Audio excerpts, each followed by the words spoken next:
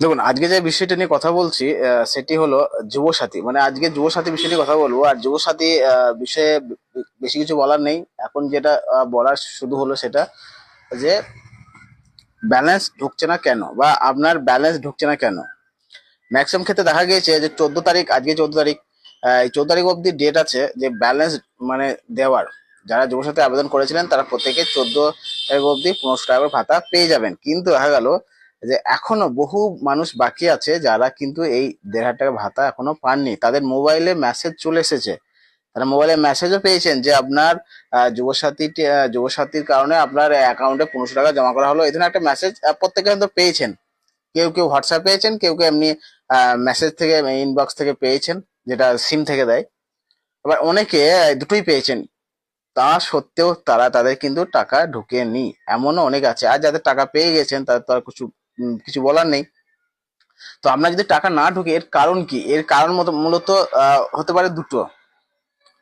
প্রথমত, যে আপনি যদি অনলাইন করে থাকেন অথবা ক্যাম্পে জমা দিয়ে থাকেন, সেক্ষেত্রে আপনার অ্যাকাউন্ট নাম্বার যদি ওনারা ভুল লিখে থাকেন, বা কোনো ভুলবশত টাইপ হয়ে যায়, যে অ্যাকাউন্টের যে ডিজিট তার মধ্যে যদি একটাও ভুল হয়ে যায়, সেক্ষেত্রে আপনার টাকা ঢুকবে না, এটা হতে পারে।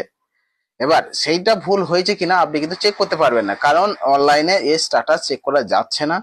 সেক্ষেত্রে আপনাকে বিডিও অফিসে গিয়ে কন্ট্যাক্ট করতে হবে। আর দ্বিতীয় কারণ হতে পারে যে আপনার অ্যাকাউন্ট সব ঠিকঠাক আছে তবুও আপনার টাকা ঢোকেনি। এর কারণ হতে পারে যে ডিবিটি লিঙ্ক নেই, বা ডাইরেক্ট বেনিফিট যে ট্রান্সফার, ডিবিটি লিঙ্ক সেটা আপনার করা নেই। এর কারণে অনেকের টাকা ঢুকছে না। তাহলে যার করা নেই তিনি কি করবেন? ডিবিটি যাদের লিঙ্ক করা নেই তারা এনপিসিআই এই সাইডে গিয়ে ক্লিক করবেন। এনপিসিআই লিখলে দেখবেন সাইটটা খুলে যাবে, এখান থেকে ডিবিটি লিঙ্ক করা যায়। এনপিসিআই খোলার পর কাস্টমার অপশনে যাবেন, উপরে দেখবেন কাস্টমার অপশন আছে। কাস্টমার অপশনে গিয়ে দেখবেন যে ব্যাংক আধার সেটিং বলে অপশন আছে। ব্যাংক আধার সেটিং ওই জায়গায় ক্লিক করবেন। ওখানে ক্লিক করলে আপনার আধার নাম্বার চাবে, এবং আধার নাম্বার দিয়ে দিলে ওটিপি চাবে, তারপর আপনার অ্যাকাউন্ট চাবে এবং অ্যাকাউন্টটা দিয়ে দিবেন, এবং আবার একবার ওটিপি চাবে। এই দুটো কাজ আপনি যদি করে দিন তাহলে আপনার ডিবিটি লিঙ্কটা, মানে আধারের সাথে আপনার যে ব্যাংক অ্যাকাউন্ট, এই লিঙ্কটা আপনার হয়ে যাবে, এবং খুব দ্রুত। মানে এমনও অনেক হয়েছে যাদের এই ডিবিটি লিঙ্ক ছিল না, যারা লিঙ্ক করিয়েছেন তাদের কিন্তু টাকা ঢুকে গেছে, 1500 টাকা ভাতা তারা কিন্তু পেয়ে গেছেন।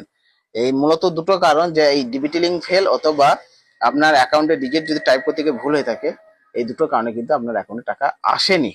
তাহলে আপনাকে প্রথমে তো ডিবিটি চেক করে নিতে হবে। ডিবিটি ঠিকঠাক থাকে তাহলে ভালো কথা, যদি না থাকে সেক্ষেত্রে আপনাকে ডিবিটি লিঙ্ক করে নিতে হবে। আর সেটাও যদি ঠিক থাকে তবু যদি টাকা না ঢুকে, সেক্ষেত্রে আপনাকে বিডিও অফিসে যেতে হবে। আপনার যে দুয়ারে সরকার রেজিস্ট্রেশন নাম্বার দিয়ে